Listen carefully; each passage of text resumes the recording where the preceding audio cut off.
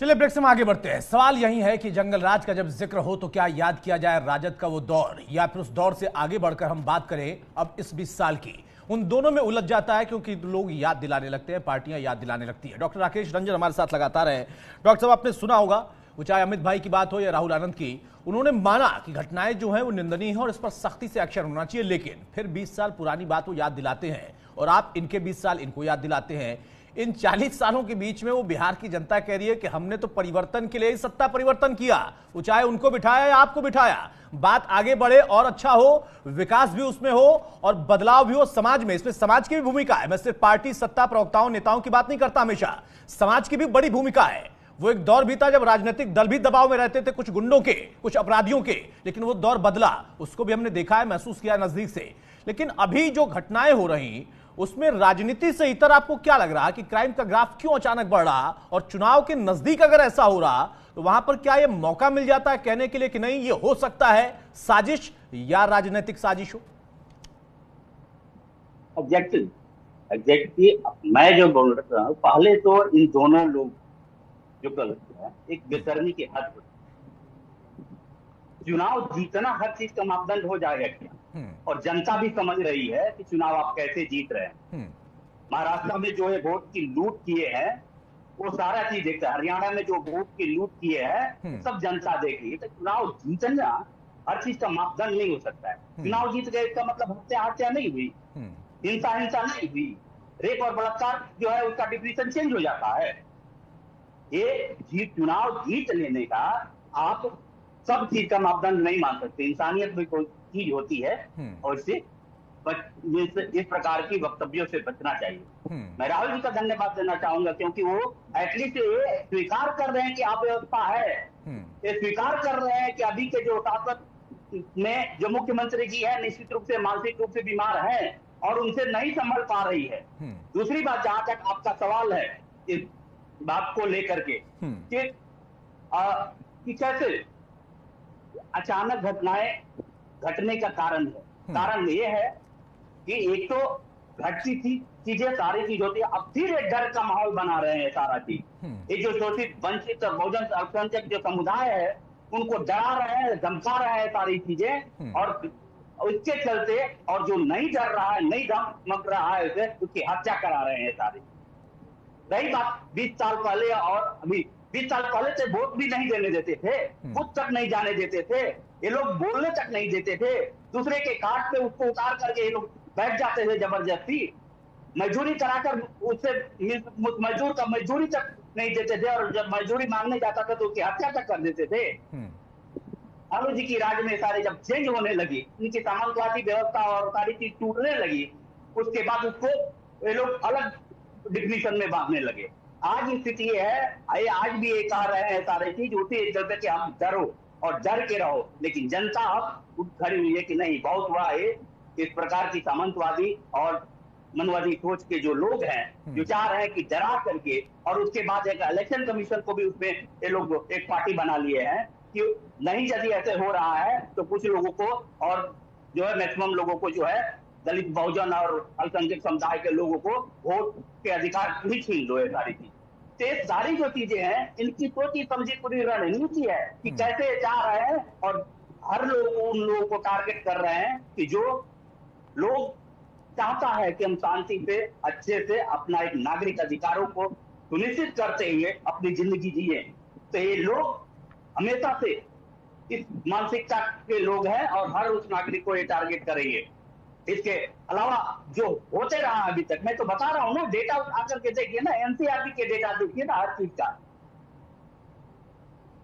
जो कोई चीज किसी भी एक फैक्ट को उठाएं और उस पर कहें कि इसमें काम हुआ हो, जनता तक पहुंचा हो, जनता इनको करे। चुनाव जीत लेते हैं तो वाह, कितने सीटें आई है, 43, 3rd नंबर की पार्टी बन करके, और कह रहे हैं कि चुनाव जो सबसे ऐसी बात है तो सबसे ज्यादा तो आरजेडी को सीट आई थी। तो चुनाव जितना में 43 लेकर के आप सीट कह रहे हैं कि चुनाव जीत। नहीं, मैं जानता हूं डॉक्टर राकेश रंजन, अगर सीट ज्यादा हो फिर भी आप सत्ता में ना हो तो उसका दर्द क्या होता है, इस बात का एहसास है मुझे। हाँ, बाकी आपकी बातों का मैं खंडन नहीं करूंगा, बाकी प्रवक्ता है वो अपनी बात रखेंगे, लेकिन आपने हरियाणा का जिक्र किया था, तो हरियाणा में चुनाव के 2-3 महीने पहले मैं खुद ग्राउंड पर था और वहां मैं भी समझता था कि शायद इस बार बीजेपी सत्ता में नहीं आएगी, लेकिन सरकार को जाते जाते और वापस लौटते लौटते मैंने देखा है। वो आपका राजनीतिक आरोप हो सकता है, वो आपका अधिकार भी है, मुझे उस पर आपत्ति नहीं है, लेकिन उस बदलाव को जमीन पर हमने भी देखा कि 3 महीने पहले तक का माहौल क्या था और फिर बीजेपी की रणनीति जब बदली तो फिर माहौल क्या बना। वो अलग विषय है कि कांग्रेस कह रही है कि हरियाणा और महाराष्ट्र में इन्होंने घपला किया है, तो उसकी आप जांच कराते रहिए, मुद्दा उठाते रहिए, वो आपका विषय है, अच्छी बात है। डॉक्टर राकेश रंजन, आपने भी बात रख ली। यश भाई, अब आपसे सवाल, उसके बाद मैं जाऊंगा अमित के पास और राहुल आनंद के पास। मेरा सवाल यह है कि जो बात राहुल आनंद ने अभी कही है उसमें एक पॉइंट में पकड़ता हूं। वो पॉइंट ये है कि एक तरफ वोटर लिस्ट वाला मामला और दूसरी तरफ क्राइम, इन दोनों को उन्होंने क्लब किया और दोनों को क्लब के उन्होंने कहा कि सरकार असल में इस बहाने से डरा रही है। ठीक यही बात सरकार कह रही है कि असल में विपक्ष इस मुद्दे को आगे करके लोगों को भ्रमित कर रहा है और डरा रहा है। हकीकत है या सिर्फ फसाना है? अतुल जी, पहली बात तो ये है कि हमारी देखा देखी संविधान दिखाना तो सीख गए ये, पर उसको पढ़ना नहीं सीखे। ये उसका आर्टिकल 246 है हमारे संविधान का, और ये आर्टिकल हमारे देश की पूरी व्यवस्था को, सरकारी व्यवस्था को अपराध के उन्मूलन के लिए जिम्मेदारियां देता है। तो विधानसभा में बैठे हुए सत्ताधारी विधायक, मंत्री और 5 चुनाव में 9 बार बने हुए मुख्यमंत्री नीतीश बाबू सिर्फ अपना प्रचार करने के लिए नहीं बैठे। उनकी जिम्मेदारी है कि वो अपराध रोक के दिखाएं, और यदि अक्षम हैं तो जनता उनसे सवाल करेगी, उनको कुर्सी से भी उतार देगी। ये तमाम बातें इस संविधान में लिखी हैं, जिसको दिखाने से काम नहीं चलता है। इस संविधान के लिए हमने अपना खून पसीना एक किया है और हम तो पीढ़ियों से कर रहे हैं। लेकिन आज बीजेपी वाले सिर्फ ये सीख गए, चलिए कम से कम संविधान को सिर पे लगाना और दिखाना तो सीखे हैं ये मनुवादी लोग। लेकिन एक बात मैं आपको फिर से बता देता हूं, एक और चीज इन्होंने कही, भाजपा के सज्जन ने, कि भैया वो ज्वेलरी शोरूम में लूट हुई थी तो एक एनकाउंटर भी हुआ है। अब यहीं पे से समझ में आता है कि एक ज्वेलरी शोरूम के लूट के केस में एनकाउंटर हो जाता है और इतनी सारी हत्याएं होती हैं, किडनैपिंग होती है, बलात्कार होते हैं, माइनर बच्चे, 6 साल की बच्ची, और उसमें कोई भी कार्यवाही सामने नहीं आती, वो बस एक खबर बन के रह जाती है। यहीं से समझ में आ जाता है कि इनकी सरकार कर क्या रही है या क्या कुछ नहीं कर रही। ये बहुत साधारण सी मौलिक बात है, और ऐसी बातों को दबाने के लिए जदयू के लोगों के पास और कोई बात है ही नहीं है। भाई 5 चुनाव में 9 बार सीएम बने, मजाक तो है नहीं। तो वो यही कहेंगे कि जनता बार बार बना रही है। ये तो हमें भी दिख रहा है कि वो खुद जाके बार बार बन जाते हैं, वहां से यहाँ, यहाँ से वहां। पिछली बार जब हमारे साथ आए थे तो इसी बात को लेकर आए थे कि भाजपा इनकी पार्टी को अंदर से खा रही है, और फिर भाजपा के पास चले गए। तो राजनीति में इसको अगर आप लोकप्रियता कहते हैं तो आप कहिए, वो आपकी इच्छा है। लेकिन सच यही है कि अपराध के मामले में बिहार भाजपा वो सब क्या कर रहे हैं इस समय, बिहार की सरकार, वो सब कुछ मालूम है। इस सच को देखना शुरू करना होगा, और चुनाव आयोग के अधिकारों का ऐसा है कि आज ही कांग्रेस पार्टी और 9 विपक्षी दलों ने सुप्रीम कोर्ट में चुनाव आयोग के स्पेशल इंटेंसिव रिवीजन को चुनौती दी है। 10 तारीख को मामला सूचीबद्ध हुआ है। तो हम ये देखेंगे कि देश के लोकतंत्र का असली जो मालिक है देश की जनता, सारे अधिकार उसके पास ही रहें, और चुनाव आयोग गुलामी करे तो संविधान की करे, किसी संघ भाजपा वाले की ना करे। तो बिहार का जो अपराध का सीन है वो इन्हीं लोगों ने बिगाड़ा है। इन्हीं लोगों ने लोगों के अंदर नफरत और आपराधिक मानसिकता, हिंसा को बढ़ावा दिया है। इनके नेता हिंसक भाषण देते हैं, नफरती भाषण देते हैं। इनके लोग सोशल मीडिया पे इस तरह के वीडियो बना के फैलाते हैं जो झूठे सच्चे कुछ भी हों, लेकिन जनता की मानसिकता विकृत करते हैं। इसलिए वो बातें जो पहले साधारण लड़ाई झगड़े तक सीमित होती थी, आज वो हत्या, बलात्कार और किडनैपिंग पर आ गई। इस साइकोलॉजी, इस मनोविज्ञान को लोगों को समझना पड़ेगा, और उससे कोई बहाना नहीं बचा सकता। कोई मतलब नहीं है कि नीतीश बाबू कितने लोकप्रिय हैं या मोदी जी ने बंद टनल और खाली मैदान में जाके हाथ हिलाया हो, उससे कोई मतलब नहीं। अगर आप अपराध रोकने में अक्षम हैं तो उसकी जिम्मेदारी आपकी है। 20 साल पहले का रोना रोके आप उससे नहीं बच सकते। आज आप अक्षम हैं, असफल हैं, अयोग्य हैं, तो जनता आपको हटाने वाली है और हटाएगी, और चुनाव आयोग आपका इकलौता हथियार है, उसको भी हम ठीक कर देंगे। नहीं, उसको आप नहीं ठीक करेंगे, उसको कोर्ट ठीक कर सकती है। बिल्कुल करेंगे अतुल भाई, आप सवाल उठा सकते हैं, हम सवाल उठा सकते हैं। ठीक करने का काम न्यायपालिका का होता है, वहां पर कानून क्या करेगा ये न्यायपालिका तय करेगी। हम और आप बैठकर चर्चा कर सकते हैं, हम ठीक नहीं कर सकते, ये शब्द थोड़ा सा ज्यादा हो सकता है। हाँ, उस पर हम आंदोलन कर सकते हैं, उस पर हम डिबेट कर सकते हैं, उस मुद्दे को हम उठा सकते हैं, विस्तार से चर्चा कर सकते हैं, अच्छी बात है, ठीक है, ठीक है। अमित भाई, आपका जो सवाल और जवाब था उसमें से एक पॉइंट सभी के लिए मुद्दा बन गया। वो कह रहे हैं कि आपके मुखिया अगर बार बार मुख्यमंत्री बनते हैं तो ये अपराध और जंगल राज का पैमाना नहीं हो सकता कि कम और ज्यादा हो गया। लोकप्रियता अलग हो सकती है, जनता का प्यार और लगाव अलग हो सकता है, लेकिन उसके साथ जिम्मेदारी और बड़ी हो जाती है जब बार बार आप कुर्सी पर आते हैं। ये जैसे कह रहे हैं कि चुनाव आयोग को हम सीधा करेंगे, मैं इनसे एक बात पूछना चाहता हूं, आज तक देश के लिए इन्होंने क्या किया? मैं इसीलिए कह रहा हूं भाई आज साहब, तक 5 चुनाव में 9 बार सीएम बने हुए लोगों की पार्टी में बैठ के लोगों को ऐसी बात नहीं करनी चाहिए। बोलिए बोलिए अमित भाई, चुनाव में 9 बोलिए। बार सीएम बने हैं। और कांग्रेस के द्वारा ही बनाए हुए स्कूल में पढ़ के यहाँ बैठ के डिबेट कर रहे हो। नहीं तो बता दो कितने मोदी जी यूनिवर्सिटी खोले, कितने कॉलेज खोले। आज तो जेडीयू वाले परेशान हो गए वाकई। थैंक यू अतुल जी, बहुत बढ़िया। आप ऐसा करिए, इस बार जब इलेक्शन होंगे ना, इस बार इलेक्शन में भी आपको इस चीज का जवाब अच्छे से मिल जाएगा। अरे ये ओटीटी नहीं चल रहा है अमित भाई, ठोस जवाब हो तो बोलिए। बेकार की रजा मुराद के जमाने के डायलॉग मत दीजिए। नहीं, ये डायलॉग 90 के जमाने में आके खत्म हो चुके हैं, ये स्क्रिप्ट पुरानी हो गई है। अरे तो विपक्ष को एनडीए के साथ साथ इलेक्शन कमीशन से भी तो लड़ना पड़ रहा है, ईडी सीबीआई से लेकर के सारे तमाम संस्थाओं से भी तो लड़ना पड़ रहा है, लेकिन इसके बाद भी। अच्छा अमित भाई मेरा सवाल है, एक मिनट डॉक्टर राकेश रंजन, एक मिनट। मेरा अमित भाई, मेरा एक सवाल है, उस विषय को छोड़ दीजिए। मेरा प्रश्न सिर्फ इतना है कि चूंकि आप सरकार में हैं तो जवाबदेही बनती है, और आपके जवाब में बार बार अगर आप इसका दोहरा रहे हैं, पुनरावृत्ति कर रहे हैं कि नहीं जनता से पूछिए हमारे नेता कितने लोकप्रिय हैं, तो किसने उस पर खारिज किया? जो नेता लोकप्रिय है वही नेता चुनकर आता है, और ये सबके सामने है। प्रत्यक्ष को प्रमाण की कोई आवश्यकता नहीं, उसको दोहराने की कोई जरूरत नहीं है। सवाल इस बात का है कि उसी प्रमाणित व्यक्ति से, उसी सबसे ज्यादा जिससे लोगों का लगाव उस व्यक्ति से, उनकी सत्ता रहते हुए वहां की आम जनता अगर अपराधियों से परेशान है तो सवाल किससे पूछे? कांग्रेस से, बीजेपी जो कि सत्ता में है उससे पूछेगी, या फिर विपक्ष के लोगों से पूछेगी? सबसे प्रमुख तो आपका दल है ना, क्योंकि नेतृत्व आप कर रहे हैं। बीजेपी साथ में है तो उसके ऊपर भी उतना ही सवाल है, लेकिन नेतृत्व आप कर रहे हैं तो आपका जवाब होना चाहिए, प्रमुख तौर पर होना चाहिए।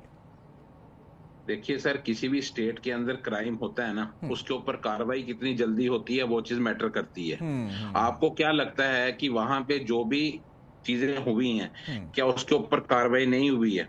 क्या उस चीज के ऊपर कंट्रोल नहीं हुआ है? अब वो एक चीज का मुद्दा बना के बार बार उस चीज को, किसी चीज को सामने लेके आना कि वहां पे ये हुआ, क्योंकि इन लोगों के पास इसके अलावा दूसरा कोई मुद्दा नहीं है। आप ये बताइए कि बिहार के अंदर अगर कुछ चीजें हुई हैं, आप बिहार के नहीं, सुनिए, आप मेरी बात सुनिए। अगर बिहार के अंदर चीजें हुई हैं, क्या उसके ऊपर कार्रवाई नहीं हुई है? क्या आप इतना टेंशन क्यों ले रहे हो भाई साहब? जब आप बताइए, जब बिहार के अंदर ये चीजें हुई हैं, क्या उनमें कार्रवाई नहीं हो रही है? क्या आपके टाइम पे क्राइम बिल्कुल नहीं था क्या? किसी भी स्टेट के अंदर जब कुछ लोग रहेंगे तो क्राइम ऑटोमेशन में चीजें होती हैं, तो सरकार का फर्ज बनता है उस चीज को खत्म करना, और सरकार उस चीज के लिए काम कर रही है। और आपके पास एक ही मुद्दा है कि वहां पे एक क्राइम है, आप क्राइम के साथ साथ आप ये देखिए कि फिर वही बात वही घुमा के आ जाती है। हिंसा दंगा जो आप ही करवा रहे हो ना, इस प्रकार की बातें कर रहे हो, हिंसात्मक लोगों को भड़का रहे हो, हिंदू मुसलमान कर रहे हो, दंगा के लिए लोगों को उकसा रहे हो, ये सारी चीजें, ये माहौल बनाओगे तो होगा ही। इसका मतलब सरकार द्वारा प्रायोजित घटनाएं हैं। ये आप चैनल के ऊपर ये दिल से कह रहे हैं कि हम लोगों को भड़का रहे हैं, आपके पास क्या प्रूफ है? आप एलिगेशन लगा रहे हो हम पे, क्या प्रूफ है आपके पास? ये क्या चल रहा है? आप क्या देखते हैं? ये क्या आप कभी चुनाव आयोग को यहाँ पे ये कहते हैं कि हम उनको सीधा कर देंगे, मतलब गुंडा राज तो आप यहाँ पे स्टार्ट कर रहे हो भाई। डॉक्टर साहब, ये वैलिड सवाल पूछ लिया अमित कपूर ने, ये वैलिड सवाल पूछ लिया। आपके पास प्रमाण क्या है ये बता दीजिए। आपने ये तो कह दिया, प्रमाण क्या है? और दूसरी चीज, आप गुंडा राज तो आप कह रहे हो कि चुनाव आयोग को हम लोग सीधा कर देंगे, तो गुंडा राज तो आप फैलाने की कोशिश कर रहे हो और सवाल आप हमसे पूछ रहे हो। देश का मालिक जनता है, संविधान का रक्षक जनता है। यदि अगर देश का मालिक जनता है, जब मैं संविधान का पालन नहीं करेगा भाई तो साहब सुनिए, एक तरफ से आप मुझे ये कहते हो कि आप इतनी बार जीतते हो, बात सुनिए, आप एक तरफ से कहते हो देश का मालिक जनता है ना, और जब हम बोलते हैं जनता ने हमें चुन के यहाँ पे लाया है, उन्होंने प्यार दिया, आप बोलते हो आप उसी मुद्दे को लेके जा रहे हो। हम वही चीज कह रहे हैं कि देश का मालिक अगर जनता है और जनता के सामने आप ये बातें कर रहे हो और आप ये बोल रहे हो कि गुंडा अगर इसी तरह बातचीत कभी बोल रहे हो हम चुनाव आयोग को सीधा कर देंगे, कभी आप बोल क्या रहे चल रहा है? आ रहा हूँ यश भाई, आ रहा हूँ। ऐसा क्या प्रूफ है जो आप नेशनल मीडिया पे बोल रहे हैं? नहीं डॉक्टर राकेश रंजन भाई, ये तो सही है। एक तरफ आप कह रहे हैं कि संविधान मानना पड़ेगा वरना हम सही कर देंगे, दूसरी तरफ आप कह रहे हैं कि जनता इनको चुनती है तो इसलिए चुनती है कि इनको जिम्मेदारी देती है। बिल्कुल सही बात है, लेकिन वो जिम्मेदारी ना निभा के दंगा फैला रहा है, अपराध करा रहा है, तो इसका प्रमाण भी तो रखना पड़ेगा ना। ये तो वैलिड बात है अमित कपूर की। बहरहाल अब फाइनल कमेंट की तरफ ही बढ़ेंगे। राहुल आनंद, सवाल बहुत सीधा है, उसके बाद मैं यश के पास जाऊंगा। इस पूरे प्रकरण में जो कोर बिंदु है, कोर पॉइंट है, वो यही निकल कर आ रहा है कि जैसे जैसे चुनाव नजदीक आ रहा है वैसे वैसे क्राइम बढ़ रहा है। और इसमें दो बातें निकल कर आ रही हैं जो आम चर्चा में है, चाहे वो मीडिया हो, सोशल मीडिया हो या फिर आम पब्लिक के बीच की। ये बढ़ेगा इसकी आशंका बढ़ रही है, ये होगा इसकी पूरी प्रबल आशंका जाहिर की जा रही है। क्यों आखिर ऐसी बातें हो रही हैं? क्या ये फैलाई जा रही हैं? इनके पीछे कोई आधार है तो आप लोगों की रिपोर्ट क्या है? क्योंकि आप सत्ता में बैठे हैं, एलआईयू रिपोर्ट क्या दे रहा है? ये बड़ी जिम्मेदारी होगी सरकार की, पुलिस विभाग की। पुलिस विभाग का इकबाल कहां चला गया? ये सारे सवाल हैं। अतुल जी, मुझे 1 मिनट का समय दीजिएगा, मैं बोलिए प्रश्न का उत्तर देता हूं। हाँ। सबसे पहले शुरुआत करते हैं संविधान से। संविधान से इसलिए शुरुआत करेंगे क्योंकि आपको बता दूं मैं कि जो संविधान के रचयिता थे डॉक्टर भीमराव अंबेडकर जी, उनकी पहली तस्वीर तब लगी थी जब एनडीए के समर्थन की जब सरकार आई थी, तभी जाकर लगी थी। और कैसे कांग्रेसियों उनको प्रताड़ित किया, किसी से छुपा नहीं है, पहली बात। दूसरी बात मैं बता दूं कि अभी हमारे एक साथी बात कर रहे थे, गुंडागर्दी की बातें कर रहे थे कि हम देख लेंगे। तो भैया आप एक चीज बता दीजिए कि 1952 में कैसे हो गया, 1956 में क्यों हो गया, 1957 में क्यों हो गया, 1961 में कैसे हुआ, 1965 में कैसे हुआ, 1966 में कैसे हुआ, 83 में, 84 में, 97 में, 93 में और 95 में कैसे हुआ? यानी कि आपने जो आर्टिकल 324 की जो हम बात कर रहे हैं, आप जो दिखा रहे हैं, उसके बाद पढ़ भी लिया कीजिए कि उसमें क्या लिखा हुआ है। ठीक, अब बात करते हैं इनकी बातों के ऊपर। तो मैं आपको तर्क संगत अगर बात करूं तो निश्चित तौर पे ये बता दूंगा कि देखिए, मैंने शुरू ही में कहा था कि वो जो लाल किताब के खोलते हैं उसमें 4 चीज देखते हैं, लटकाना, अटकाना, भटकाना और इससे ऊपर जातीय उन्माद को फैलाना। ये 4 चीज खोजते हैं, उसके बाद ये सगुफा छोड़ते हैं। मैं आपको बार बार बताता हूं, अभी आरजेडी के एक विधायक दानापुर से आए हैं, उनके ऊपर बहुत सारे आपराधिक मामले दर्ज किए गए हैं। जब उनको गिरफ्तार किया गया था तो यही आरजेडी किस तरह की बातें कर रही थी कि हमारे इनोसेंट नेता को परेशान करने की कोशिश की जा रही है, परेशान करने की कोशिश की जा रही है, इस तरह की बातें कर रहे थे। आज वो सलाखों के पीछे बैठे हुए हैं। अब मैं बात करता हूं कि जो सत्ता में जो बैठा है, क्या वो गुंडों को संरक्षण प्राप्त कर रहा है, क्या संरक्षण दे रहा है, क्या, ये सवाल उठता है। तो इसको मैं खारिज करता हूं कि ऐसा कुछ भी नहीं है। हमारे कोई साथी बता दे 5 गैंगस्टर का नाम जो बिहार के अंदर, लेकिन मैं ऐसे नहीं गिना सकता हूं आपके शासनकाल में कि क्या चल रहा था। इसलिए मैं बार बार कहता हूं कि इनके कहने से कुछ नहीं होगा, इनके करने से कुछ नहीं होगा। और जो संवेदनशील वाली जो सरकार है, उसको पता है कि अपने राज्य की जनता के लिए उसको क्या करना है, उसकी जिम्मेदारी तय होती है और वो अपनी जिम्मेदारी का निर्वहन करती है। जब सत्ता पक्ष, जब पुलिस को 100% छूट देता है कार्रवाई करने के लिए, तब भी इनके पेट में दर्द होता है। कल का मैं आपको एक वाक्य याद दिलाता हूं। कल नेता प्रतिपक्ष बिहार के, उन्होंने मुस्लिम समाज के 2 व्यक्ति का नाम लिया था। आज मुहर्रम में सबसे ज्यादा उपद्रव उनके द्वारा फैलाया गया है, किसी प्रकार की कोई प्रतिक्रिया नहीं हुई इनके द्वारा। चाहे वो दरभंगा का विषय उठाइए, कटिहार उठाइए, सीमान को उठाइए, हर जगह वो लोग जबरदस्ती कर रहे थे। लेकिन ये कहेंगे कि हमें क्या, हमें तो उसकी वोट लेने, इसलिए उस पर हमें कोई प्रतिक्रिया नहीं देनी है। ये इस तरह की बातें करेंगे, ये इनके स्वभाव में है। लेकिन जो करेगा उसको सरकार को चुनकर लेकर आएगी। और मैं आपके चैनल के माध्यम से ये कह के जाता हूं कि शानदार, जबरदस्त, जिंदाबाद तरीके से हमारी वापसी होगी और अपराध पे जो 0 टॉलरेंस की जो नीति नहीं, आप वापसी करिए, आपको शुभकामनाएं भाई, लेकिन जंगल राज की वापसी ना हो इसकी व्यवस्था भी करते चलिए। यही मांग है यश भाई की भी, यही मांग है डॉक्टर राकेश रंजन की भी, मेरी भी और बिहार की जनता की भी। यश भाई, जल्दी से फाइनल कमेंट आपका। अतुल भाई, देखिए, ऐसा है कि जिस ढोंगी पाखंडी ने बिहार के लोगों को, जो श्रद्धालु मरे थे कुंभ में, उनके मरने को उसने मोक्ष बता के टाल दिया था, उस पाखंडी को बुलवा के ही अपना चुनाव प्रचार करवा रहे हैं। तो इनकी नीयत यहीं से साफ हो जाती है। अब मैंने धारा 324 की नहीं 246 की बात की थी, उसके बाद ये 94, 95, 97 क्या हुआ था वो बताना भूल गए, बस क्यों हुआ था बोल के छूट गए। तो ये जो आधा बोल के छोड़ देने वाली मानसिकता है, ये जनता को देखनी पड़ेगी। सवाल है अपराध और जवाब है भाजपा और जदयू की लापरवाही, सरकार की लापरवाही, और उसका इलाज है चुनाव में जनता का वोट का अधिकार। उसके रास्ते में है चुनाव आयोग और उसकी ये गलत नीति, जो आधार को दुनिया भर का जगह पे मैंडेट करने के बाद आज कह रहे हैं कि आधार मान्य नहीं है, वो गलत है। और उसी का इलाज हम करेंगे, संवैधानिक रूप से करेंगे। तो ये जो जदयू वाले अभी यहाँ पे बैठ के अंगड़ाई ले रहे हैं, पता नहीं क्या कर रहे हैं, इनकी बेकार की बातों से कुछ नहीं होता है। नहीं, ये बहुत अच्छी बात आपने कही कि आप उसका इलाज होगा और संवैधानिक तरीके से। हाँ, बोलिए जल्दी से। हाँ, तो ये जो फुर्सतिया राजनीति है ये बंद होनी चाहिए, और इस बात का प्रमाण देने की कोई जरूरत नहीं है कि इनका बनाया हुआ सोशल मीडिया और इनके प्रायोजित ओटीटी, टीवी और रील के माध्यम से ये क्या फैलाते हैं। सबसे पहले इसीलिए मैंने धीरेन्द्र शास्त्री का नाम लिया, क्योंकि वो आके चुनाव प्रचार में नफरत फैला रहा है। और वही अभी ये भाजपा के सज्जन भी बोल रहे थे। आपने मुझसे कभी नहीं सुना होगा कि मैंने किसी एक धर्म की बात की हो, लेकिन ये अभी भी धर्म की बात करके गए। यही प्रमाण है, अपराध की मानसिकता के जनक हैं ये भाजपा और संघ के लोग, और उसका इलाज है चुनाव का नतीजा। और उसके बीच में बैठे हैं ये जदयू वाले सज्जन जिनके पास कोई काम नहीं है, ये इसको मोहल्ले पड़ोसी झगड़े की तरह ट्रीट करने चले आए।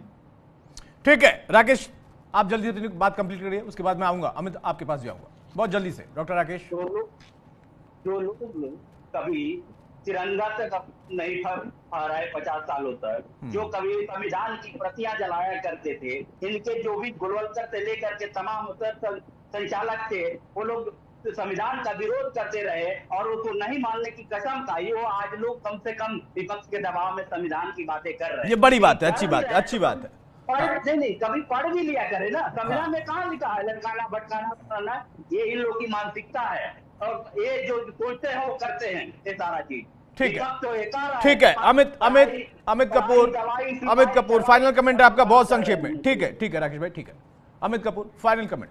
अच्छा चलिए, शायद हमारे साथ नहीं है, लेकिन जिस बात का हम जिक्र कर रहे थे उसमें एक सार निकल कर आता है, और यही है कि असल में जब चुनाव आता है तो खासतौर से उत्तर प्रदेश, बिहार जैसे बेल्ट में इस तरीके की आपराधिक घटनाएं जो कि सुनियोजित होती हैं बढ़ जाती है। लेकिन अगर आप नेचर ऑफ क्राइम देखेंगे तो जहां एक खेमका और उसके साथ साथ बहुत सारे और भी घटनाएं हुई हैं, उसमें वो भी घटनाएं हैं जो कि आपसी रंजिश की हैं, लेकिन बहुत सारी घटनाएं ऐसी हैं जिसको लेकर सवाल उठ रहे हैं। और फिर सबसे बड़ा सवाल यह है कि इन पर लगाम कब लगेगा। बहुत शुक्रिया अमित भाई आपका, राहुल आनंद आपका, डॉक्टर राकेश रंजन आपका।